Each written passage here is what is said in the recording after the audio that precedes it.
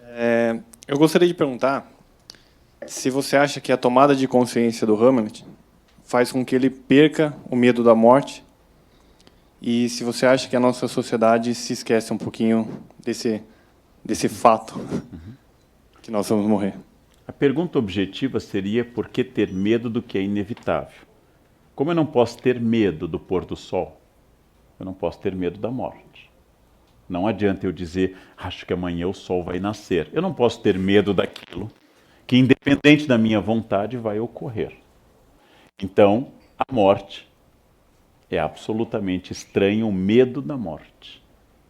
As pessoas chegam a um grau do eu que, como diz num belíssimo livro Boris Fausto, O Brilho do Bronze, ele fala de um amigo que disse, eu não acredito em Deus, mas se houver algo eu volto para lhe dizer.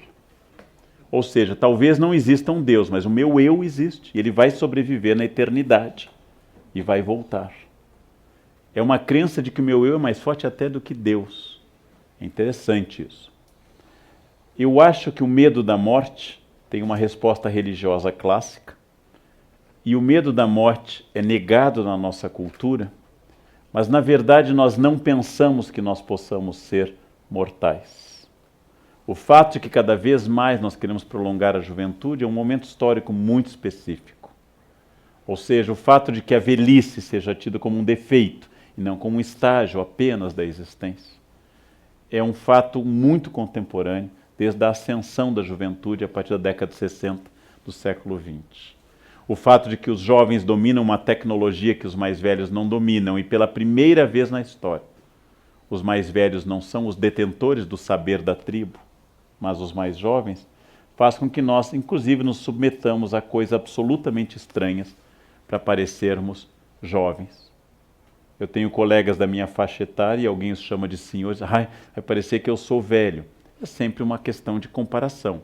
Se eu vou me comparar com uma planária ou com a pirâmide de Kelps, para saber se eu sou velho ou se eu sou jovem. Como eu já cumpri mais da metade da existência, dizer pelo menos que eu sou uma pessoa experiente é justo. E é inevitável que assim seja. Mas o que eu quero dizer é que o medo da morte é sinal de falta de conhecimento.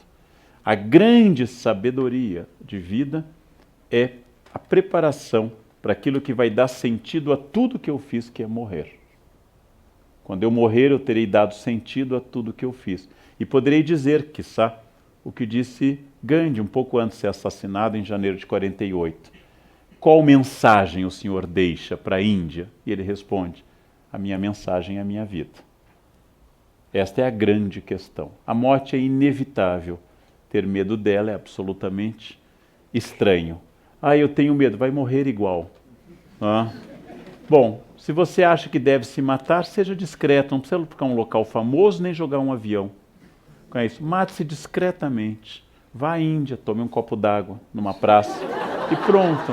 Discretamente, né? Suavemente sentado numa praça e pronto. É isso. Não precisa levar dezenas, porque a pessoa que quer se matar num local famoso ou levar um avião, mais 149 pessoas junto, é uma pessoa que não é um suicida, é um carente, é um narcísico, que quer dar um sentido glorioso à sua morte, já que sua vida não teve absolutamente nenhum. A vida, gente, sem a morte, hamletianamente falando, seria insuportável. A Sibila Cumana, que pediu a juventude eterna ao deus Apolo, e se esqueceu, a vida eterna, esqueceu de pedir a juventude, quando completou 1000 anos queria morrer, mas não conseguia. Os vampiros são melancólicos, porque são eternos. Em crepúsculo, alvorecer, pôr do sol, arrebol, os vampiros são sempre depressivos, estão sempre mal, sempre olham para baixo, meia luz, porque os vampiros não morrem. É só morrer que torna a vida plena de sentido.